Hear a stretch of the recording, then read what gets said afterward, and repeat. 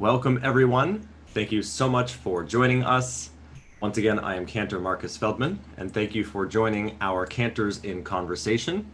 Today, it is my distinct honor to welcome not only a friend, a dear friend who um, I'm so honored to call my friend now, but also one of my mentors, one of my inspirations, and one of the all-time greats and leaders in the world of Jewish music and of the cantorate, Cantor Meir Finkelstein. Meir, thank you so much for joining us. Are you there? I can hear you, unfortunately. Oh, you can't hear me. I can I hear don't know you what though. happened.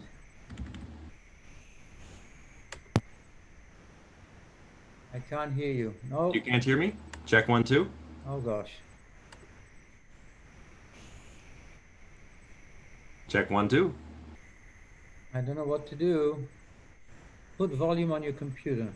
It's on my computer. It's 100%. Hmm. I don't know why it's not coming through. Well, why don't we restart this? We'll go and Shall I call on the call on the phone? yeah, give us a call on the phone, and then we'll go ahead and restart this. Let me call. Sorry for the technical difficulties. We're going to restart this entire stream. We'll be right back in a few Let me minutes. try and call on the phone.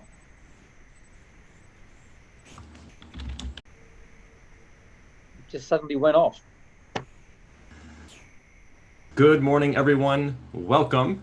I'm Cantor Marcus Feldman, and I am so honored and thrilled to welcome my friend, a leader in the world of Jewish music and in the cantorate, Cantor Meir Finkelstein. Meir, thank you so much for joining us this morning. I'm so happy to have you here on our wonderful program.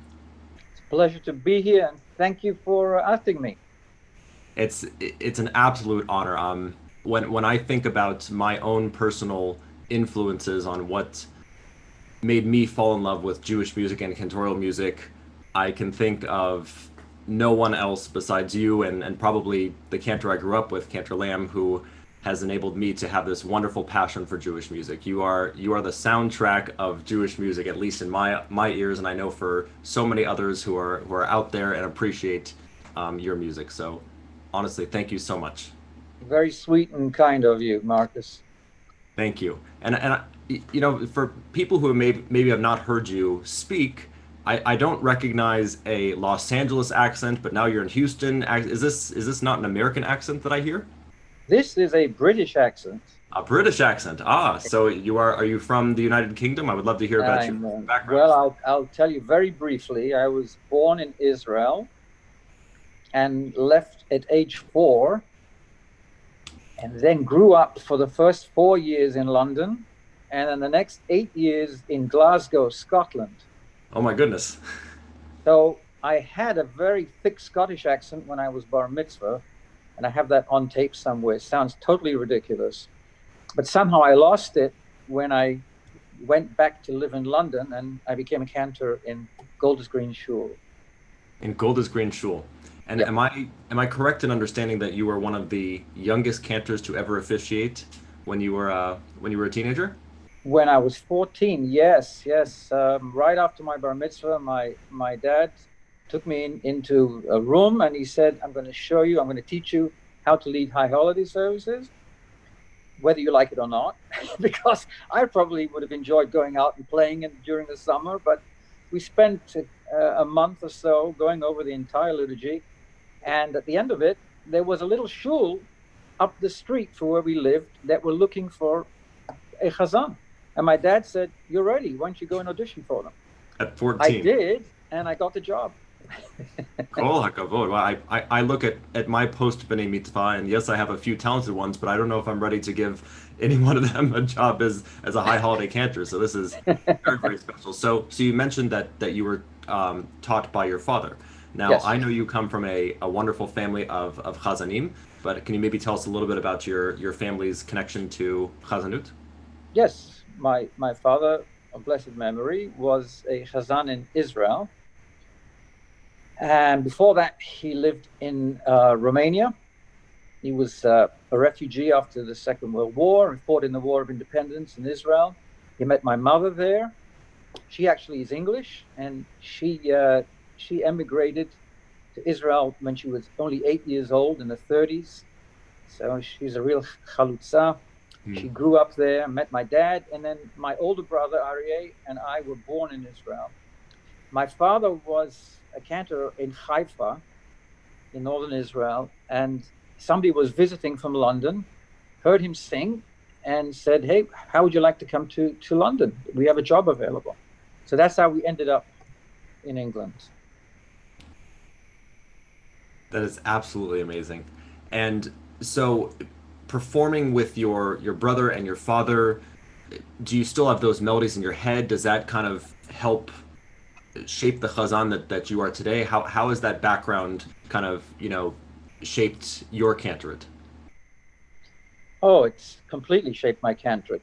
Even to this day, I find myself singing in my mind these mirot that we did every Friday night when I was 7, 8 years old, and these are tunes that I haven't heard anywhere else, but they have remained with me, and they've probably affected how I have composed and from that time till now. So as a young chazan, did you have this sense of compositional aspiration, or were you starting to work within the framework of Nusach? Like, I want to know how this all started, how you became Cantor Meir Finkelstein, the composer. What was the starting point? It's interesting. It's like I tell people, most people have scripts of their life, which are written for them, and they're not even aware of them. I mean, it's just genetics and this family where you come from. So my script was the fact that I grew up with chazanut, singing with my dad and with my brother as children, and I became a chazan at 14 in the high holidays. I was offered a weekly job after that, and I just fell into it.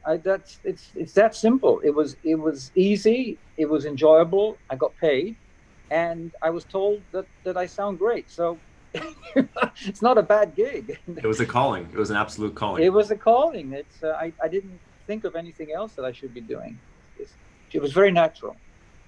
And was this strongly? I think I know the answer, but this was strongly encouraged by your father and your brother. Was it just like an expectation that you would go into the family business, or did you ever think about maybe not going into the family business? Or I'm so curious. No, it was I sometimes compare it to a circus family.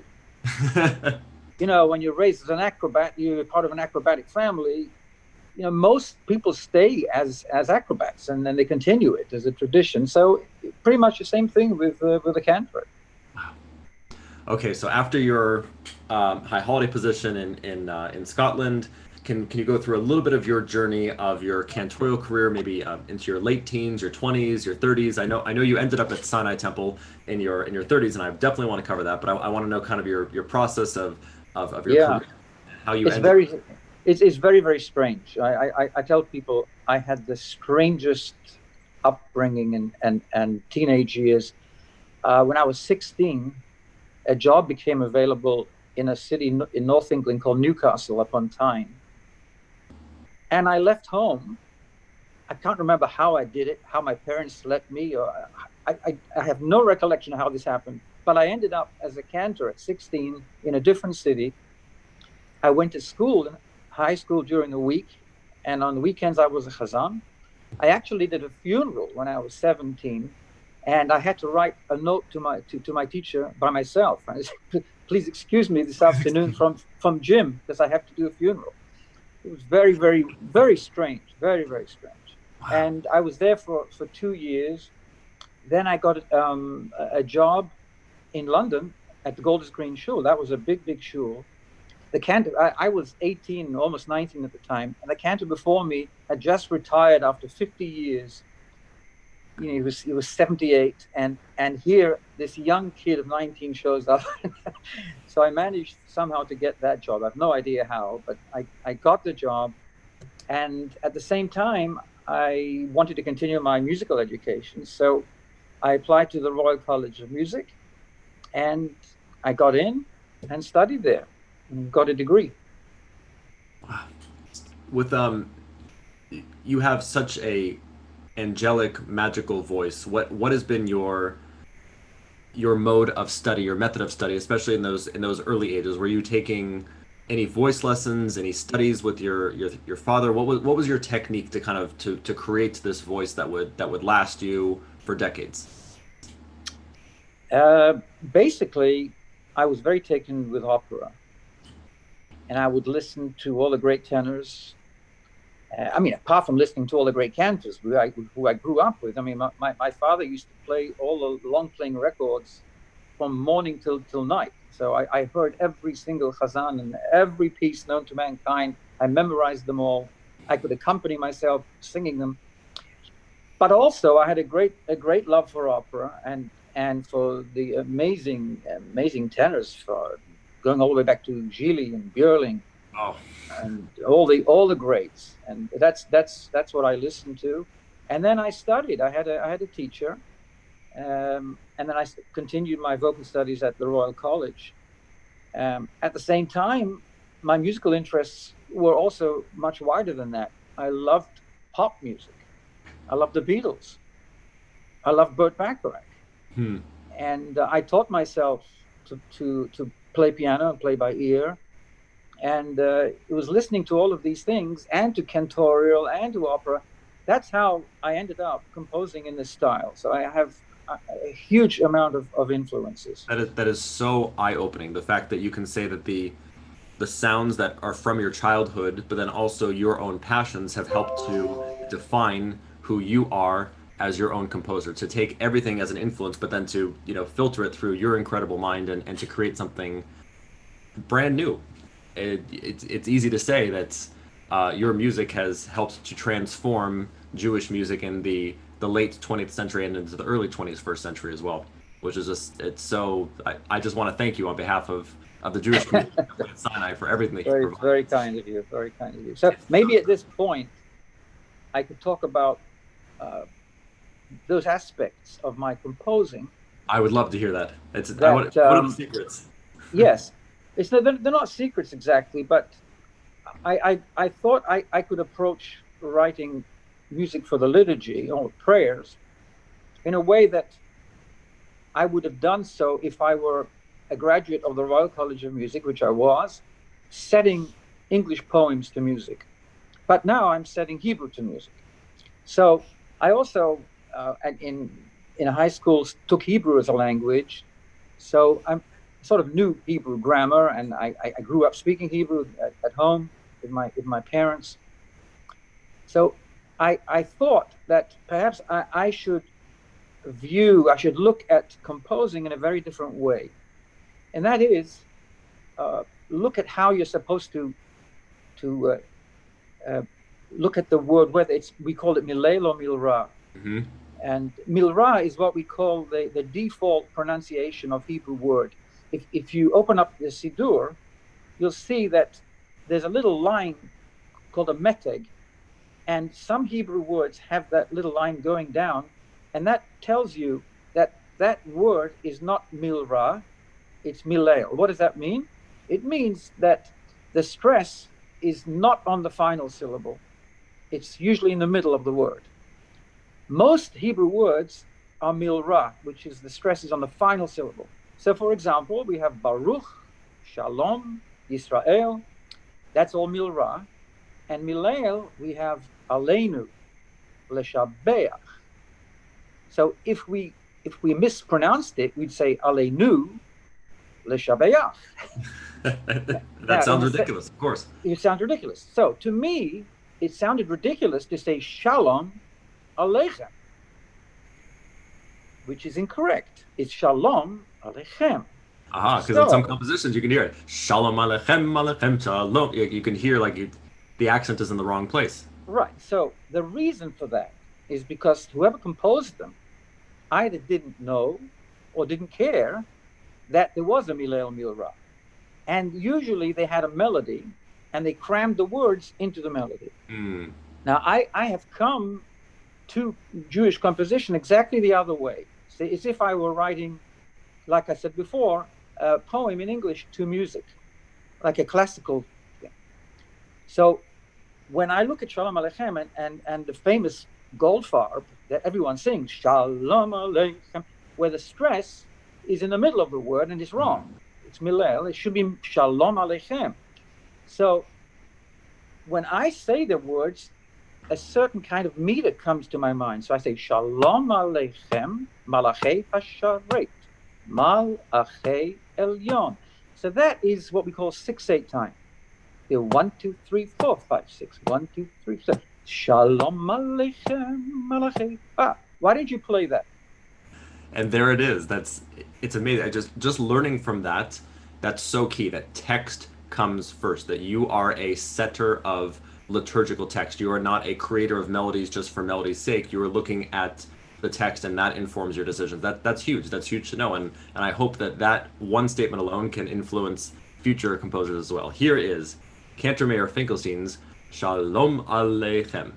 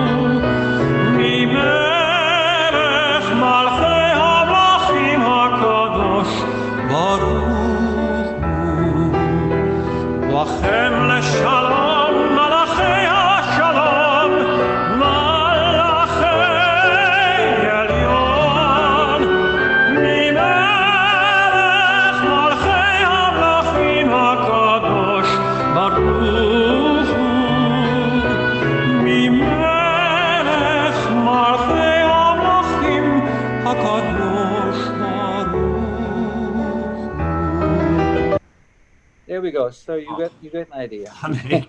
So the melody came as a result of trying to set it correctly grammatically, which is how you should compose Hebrew settings. I could listen to you sing all day, and sometimes I do if I need inspiration. I don't know if people are aware, but there's a website called the Florida Atlantic University Jewish Music Archives, and that has a vast collection of Jewish music from composers, cantors, and Cantor Meir Finkelstein has a wonderful page and has a few of his albums there too, which I love to listen to, which is part of their archive and recording. Your High Holiday one, the Shema Kolenu one, the one that you composed at Sinai Temple, with a beautiful picture on the front with the stained glass windows. All these albums are so great. By the way, we have a few hellos in the chat, of course, from our dear friend Ariel Cohen, who's just about to go in and do some teaching, but he says, "Good morning, gentlemen. Can be with you for a few minutes before I start teaching for the day. Love you both." So I would love to talk about your connection with Ariel, definitely too, and also Jason Cosgrove. I'm sure you remember Jason, my long-lost chazan. And Ariel says he loves the intro, the little lick at the end of Shalom Aleichem. So he's definitely been your partner, the musical team. So I would love to actually this is probably a good transition to talk about your role at Sinai Temple, because I know that when you were here at Sinai, you composed over 100 compositions of Jewish liturgical music, and many of which have become the staples, the mainstays of our liturgical year, not just for Shabbat, but throughout our year at Sinai Temple and for many other occasions as well. Sinai Temple changed my life in a very, very positive way. It was the first time I could express myself musically based on all of my influences and with total freedom, because I had a wonderful accompanist and music director, Ariel Cohen, to work with, who not only was a wonderful colleague, but we became very, very close friends over the years and have remained so. And also the fact that I had a quartet of professional singers every Friday night and Shabbat morning, I could actually write something on a Tuesday and sing it on a Friday night. I would just give the music to Ariel and the choir. We'd rehearse it once or twice, and then we would perform it. So very few cantors have that kind of privilege to have those musical forces that they can utilize. So for that, number one is something that completely changed my musical life. Number two, I hadn't discovered the wonderful compositions of Max Helfman and Max Janowski until I got to Sinai Temple. Interesting. I was never exposed to these kind of composers.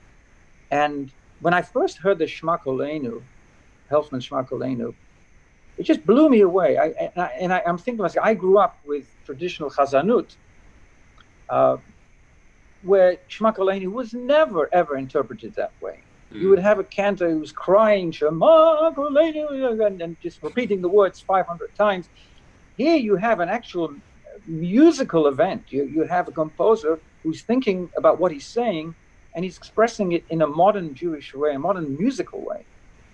And so that was the beginning of me composing for choir and organ, and feeling free to be able to do so. I'm thinking, if Max Helfman can do this kind of music, Finkelstein should also be able to try and do this kind of music. So it was a huge thing for me to be at Sinai. One anecdotal story that I'm sure you've heard is Malcolm Cosgrove, talking about the Cosgroves, Malcolm Cosgrove, who was a past president of Sinai Temple and was actually the chair of the Cantorial Search Committee who found me. He was talking about when you first got to Sinai. I think he describes your first composition for Friday night was the Lecha Dodi Likrat Kala, and he's just like, all of a sudden, he's like, wow, what was that? It was so different and beyond anything that had been heard at Sinai Temple, and just really just, shook the foundation of what was possible in terms of Jewish music.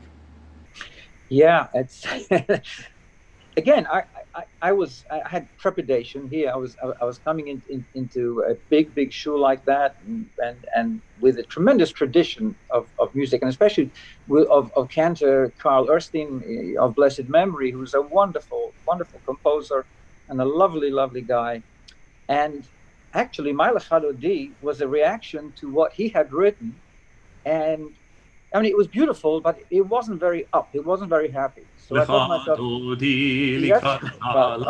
right. So I thought, let me write something happy, because there's a new guy in town, and let's see the reaction. But luckily people enjoyed it. So that sort of started the whole thing. Oh, that's so much fun. So much fun. So what is the history of Lador Vador? I have to know, because anyone who knows Sinai Temple music and anyone who knows you knows your Lador Vador. I'm sure you've sung it more than anyone else, but I feel like I've sung it more than anyone else, but you've definitely sung it more than anyone else. But what is the history? How did that piece come into play? How did that become the anthem of Sinai Temple and for the Jewish world? If memory serves me correctly, I believe I wrote it for the Delshads, for Jimmy and Lonnie, on the occasion of their daughter or son's bar bat mitzvah. Wow. And I also believe that Jimmy has the original manuscript in his home. Above his piano, that's what I've heard. Yes. Above his piano, that's correct. I present. That is worth a lot of money. Jimmy, that's worth a lot of money. You better hold on to that. So that's the story of Lador Vador. I was looking, again, it's interesting. I was looking through the Siddur, because he asked me to write something special for the bar mitzvah. And I looked at the page with the Musaf Kedusha, and, out of deference to Cantor Erstein, I didn't want to write, excuse me, a composition based on something that he had composed. So I looked at the whole page, Na'aritzcha, all the way down, and I thought, wait, should I write a new Na'aritzcha? I said, no. And I got to the bottom of the page, and it was Lador Vador. I said, Erstein didn't set this to music. Nope. so that's how Lador Vador came about. And wow. We had a wonderful music teacher at the time called Ruti Breyer from Argentina.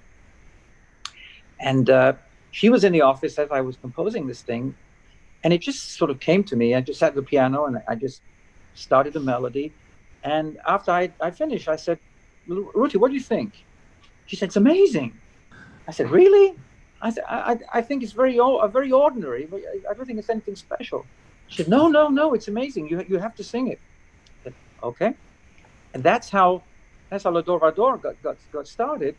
And then I sent it to my brother, my older brother in Boston. He calls me a couple of weeks later. He said, why did you send me that piece?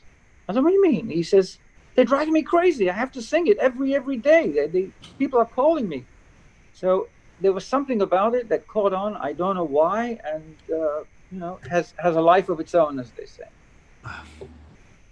For me, your L'Ador Vador, and also, in all honesty, your Ve'al Kulam too, it touched me and inspired me. I remember, singing with Nate Lamb when I was 10, 11, 12 years old, probably right around the time you wrote the music, and he introduced it to our choir, and it became something that we just needed to do every single week because it touched our souls in such an impactful way. And just to know that even, across town, a few miles away at Stephen Wise Temple, you had kids singing it. And I'm sure not only at Stephen Wise Temple, when it was published through Transcontinental Music, or how you've shared your music with the world, how many students, how many children, how many adults have fell in love with Judaism and Jewish music because of your compositions. It's innumerable. It's very, very gratifying. Very gratifying.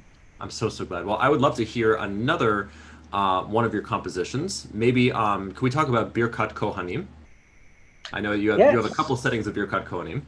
Yes. So this one I actually wrote in Toronto when I was the cantor at Beth Tzedek congregation, and I didn't have accompaniment at the time.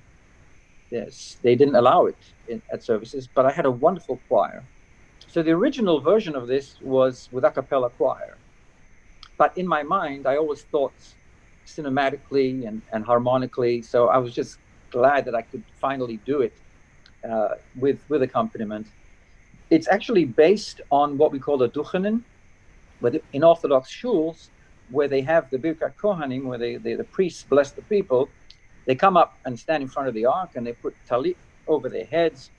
And there's a melody, very, very old traditional melody, which I sort of borrowed in a way, but sort of paid tribute to. If you listen to the composition, when I go, you'll see that. And so that's a way of paying tribute to what's past. But at the same time, if you listen to the chord structure, very, very modern, and very, very different. Birkat Kohanim.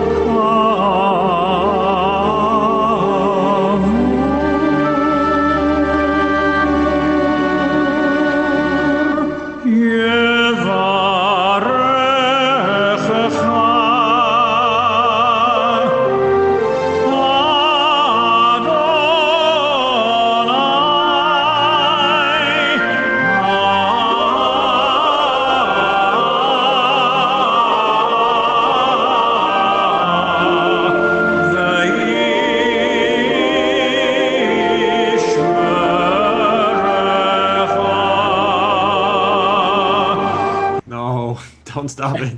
No. But you heard a little section of the that's, again, it's a tribute to what has been going on for hundreds and hundreds of years in liturgical music. And you do all the orchestrations too, correct? Yeah. So you're not only writing the melody, you're not only writing the accompaniment, but when you were at Sinai, you had Ariel's help to do the arrangement and the accompaniment, which was phenomenal too. But you're also doing choral parts. You're doing the orchestral arrangements. It's Right, right. man, Yep. I like to call you a triple threat of cantoral. When you have an actor who's a triple threat, they can sing, dance, and act. You can sing, you can compose, and you play the piano. You have the entire package. Thank you. Thank you. So stunning. So I would love to also talk about. Let me see what we have here. Shema Kolenu.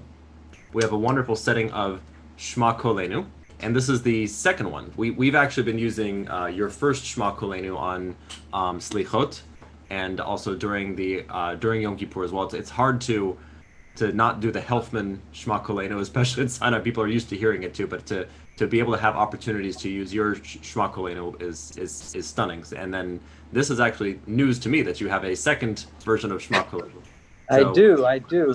This was the one that you use was a congregational melody, I believe, and I composed that for Udi Spielman and for his wife, and they sang it in Boca, that's Torah, and they wanted something that everyone could join in with, different kind of Shema Kolenu. This Shema Kolenu that you're going to listen to a little bit. This was my way of saying, I think I've got to a stage where I can attempt to do something in the vein of Max Helfman. Not as grandiose, but a major cantorial piece with choir. So go ahead and play it. Shema Kolenu. Shema, Shema, Kolenu. I sent you the wrong one. that's the one. I think that's the one that you use, right? No. No, you don't use that one. Kolenu. Oh, that's the one. Oh, okay. Oh, Is that the one? Is that the one you're looking for? Yes. Oh, okay. That one's on the Okay, Florida. actually, you can play this one because this is the congregational one. Okay, go ahead and play that. Yeah, go ahead. This is so great that you have so many compositions of your own that you are mixing them up. Halavai, Halavai. Okay, here we go. Shema, Shema, Kolenu. Adonai Eloheinu. Chus v'rachem. Chus v'rachem aleinu. V'kaber berachamim u'beratzon et tefilateinu. Shema, Shema, Kolenu. Everyone join in. Adonai Eloheinu. So you see, completely different kind of Shema Kolenu. It's not pompous and it's just a sing-along kind of thing. See, now I really want to find the other Shema Kolenu so that people could hear it. I'm going to pull it up really quick. But while we are talking about that, I would love to kind of hear from you, having grown up in a cantorial family and now having been a cantor for a few decades. How have you seen the role of the cantorate evolve, change, or adapt, and what can we expect to see? Like if you were to be talking to a chazan who was just ordained in his early 20s or mid 20s, or even those of us in our 30s, what do you see as the future of chazanut in Jewish music? Very, very different from when I was first starting out. I don't believe that there are any cantorial students who come from cantorial families anymore. I don't think so. Very few. Maybe there are, but it's very, very doubtful. So it's a profession, like I told you about the acrobats, that usually it's in the family. So the new cantors coming up don't have the kind of rich background that for instance, that I had. And that's partially due to the fact that when you grow up Orthodox, like I did, it's a much fuller education. And you're also exposed to the old style traditional chazanut. The Rosenblatt, Kusevitsky, Chagi, Kvartin, There are so many, and wonderful cantors, brilliant cantors. But the young cantors today will not be exposed to that, number one. Number two, congregations are not interested in that kind of old cantorial compositions. And I think I would tell young cantors who are just starting out that you have to be very flexible. You have to be very musical in the sense of doing things in a very modern way. Broadway even. You know, just think of what you're doing is sort of a Jewish version of Broadway on the Beamer, where you're trying to come up with melodies or sing melodies other people have written, which are very accessible to the congregation. People just want to sing along. I think the days of the great star cantors, where you stand up there and sing a modim for 20 minutes, I believe that's not going to happen again. Whether it's good or bad, you know, that's for the congregation to decide. It's still there with Orthodox congregations in New York. You can still go and hear a cantor sing till 2 p.m. On Shabbat morning, if that's what you want to do. But you certainly will not find it in conservative congregations. So that's pretty much what I have to say about the future of the cantorate. Wow. Got to be flexible, got to adapt, got to learn to change. Got to learn to change and play the guitar. It doesn't hurt. Play the guitar. Play the guitar. Do you play guitar? I'm so curious. I do, actually. You do? Oh my God! Of course you do. Wow. I do, but I never enjoyed it as much as the keyboard. Keyboard was always my instrument. And even now, when in my shul here in Houston, I actually put my keyboard up there next to my lectern, and many Friday nights I actually accompany myself. Oh, that's wonderful. Yeah, which I enjoy a lot because it gives me tremendous flexibility. Yeah. I found your Shema Kolenu that you were referring to. I want to play definitely a piece of this too, but this is the one that's also it also kind of feels in that 6/8 feel, correct? Yes. Yes. Okay, Shema Kolenu.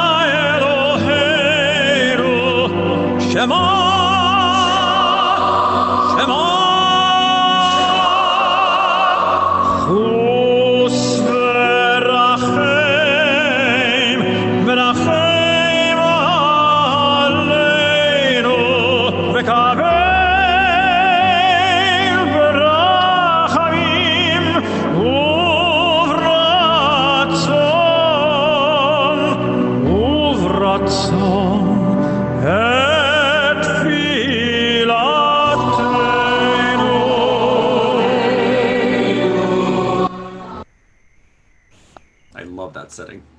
I love that setting. Yes, so there you see there's a sense of longing. I always used to say when people ask me why I liked the Helfman so much when I first heard it, because the type of Shema Kolenus that I grew up with, and especially the old cantorial ones, if you listen to them, it's almost a sense that the singer is feeling sorry for himself. And he's saying to God, "Oh, please listen to me. Please listen. You know, no one listens to me. Even my wife doesn't listen to me. But God, please listen to me." It's that kind of crying.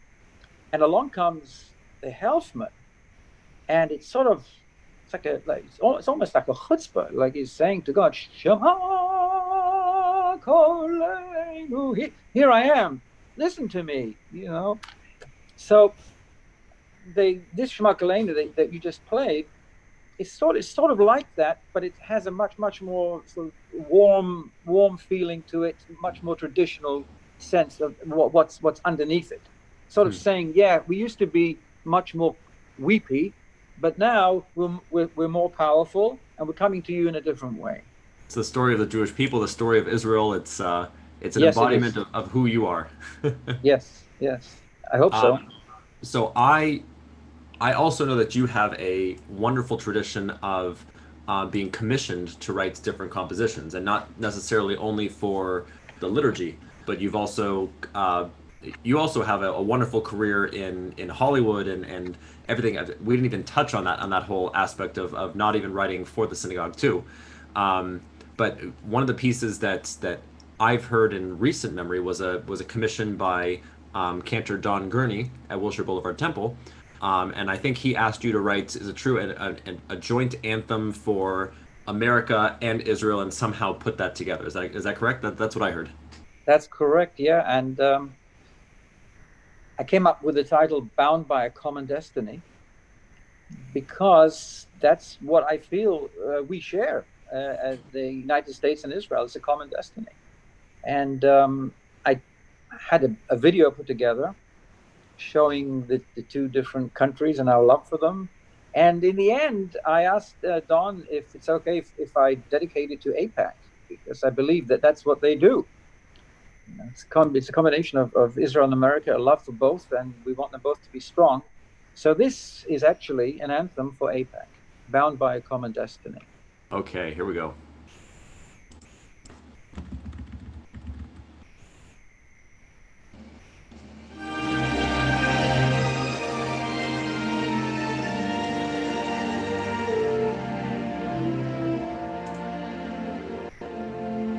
From the sands of the Negev to the snows of the Golan, there's a land of milk and honey. This nation calls its home.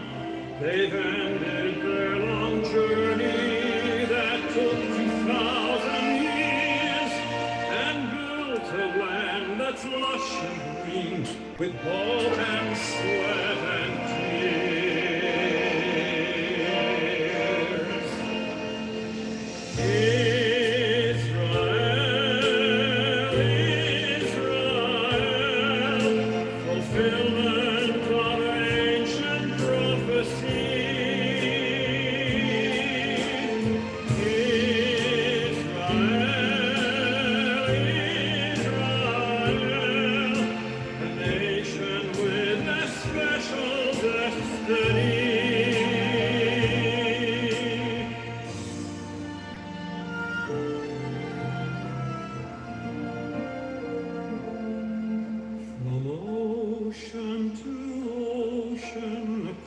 This mighty land, from waves of grain to mountains high, we all stand hand in hand. This is the home of freedom, alabaster cities gleam, a sanctuary for the tyrant poor, fulfillment of the dream.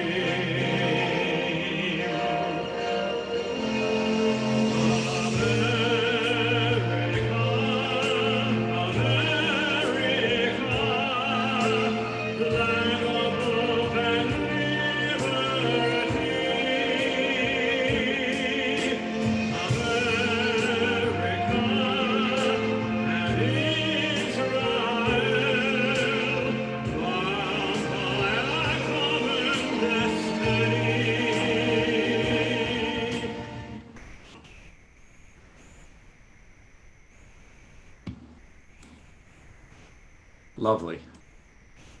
Thank you. So lovely. Oh. Can we just do this all day? I want to listen to your music all day. Thank you. I do have one more composition to share, but maybe we'll do that at the very, very end.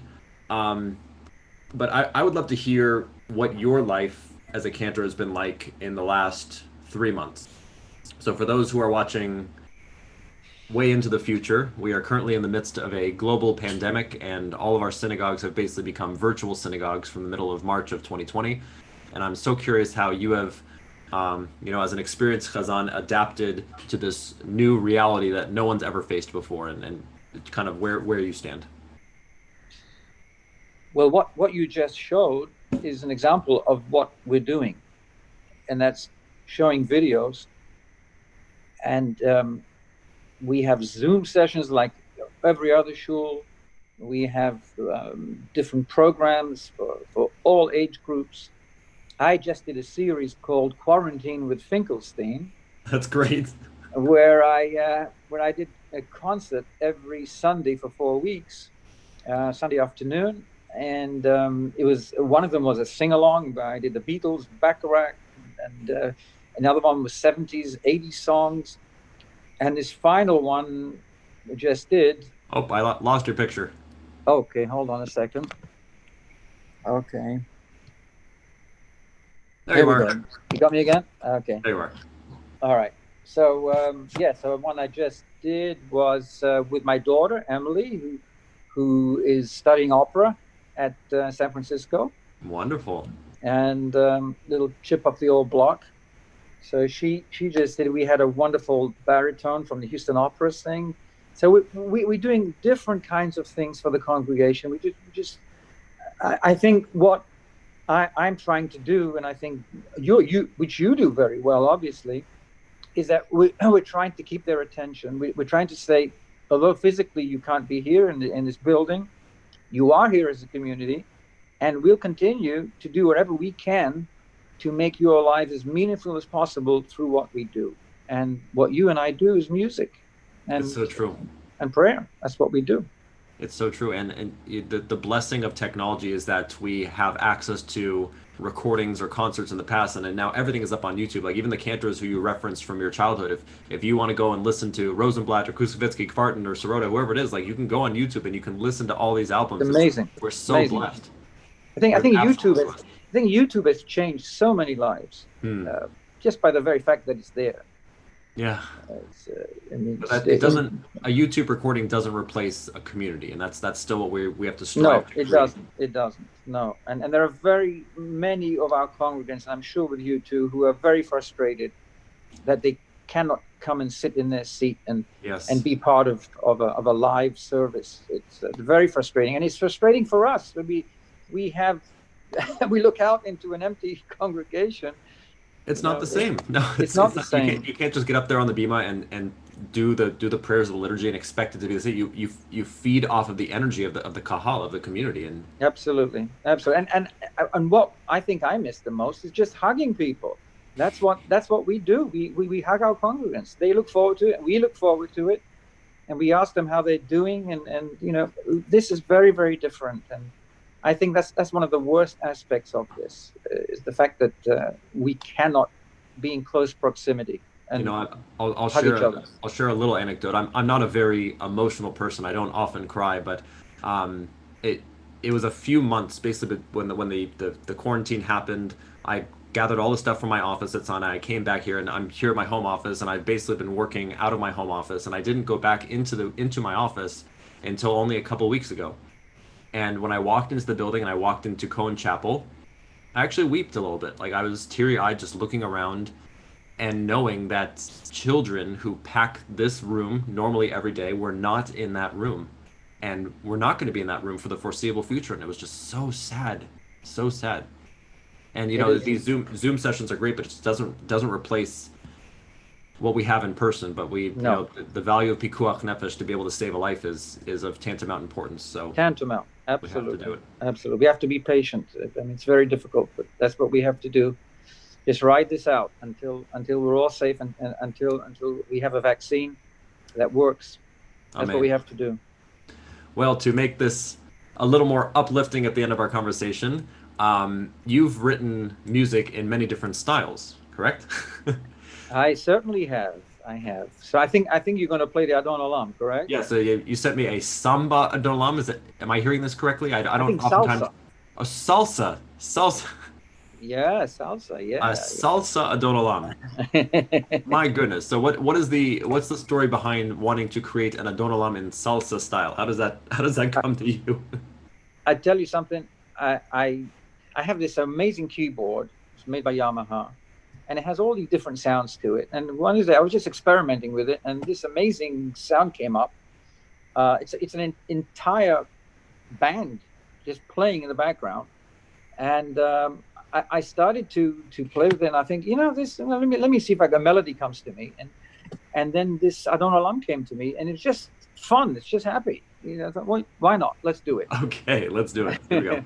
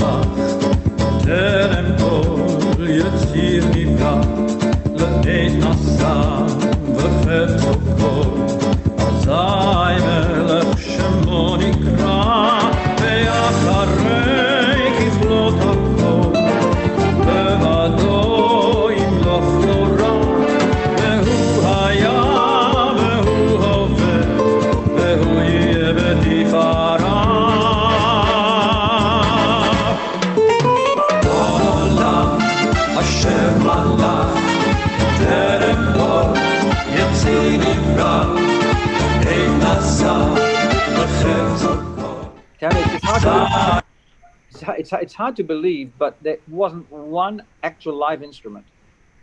Really? That was just the keyboard, and it has the most amazing sounds. The guitar sounds like a real Spanish guitar, and the horn section. It's just fabulous what you can do in the studio. Quite amazing. Absolutely amazing. Well, Cantor Meir Finkelstein, this has been such a pleasure to sit down and chat with you, to learn about your story and all your compositions. And you're an absolute mensch. It's a pleasure to talk with you and to speak with you. And Thank you, I Marcus. encourage everyone to look at Meir Finkelstein's website and music and to follow him online. And just as he's become an inspiration to me, I know he will become an inspiration to you as well. Thank you so much, Meir. Thank you. Thank you. And Shabbat Shalom to everyone. Shabbat Shalom to you. Thank you.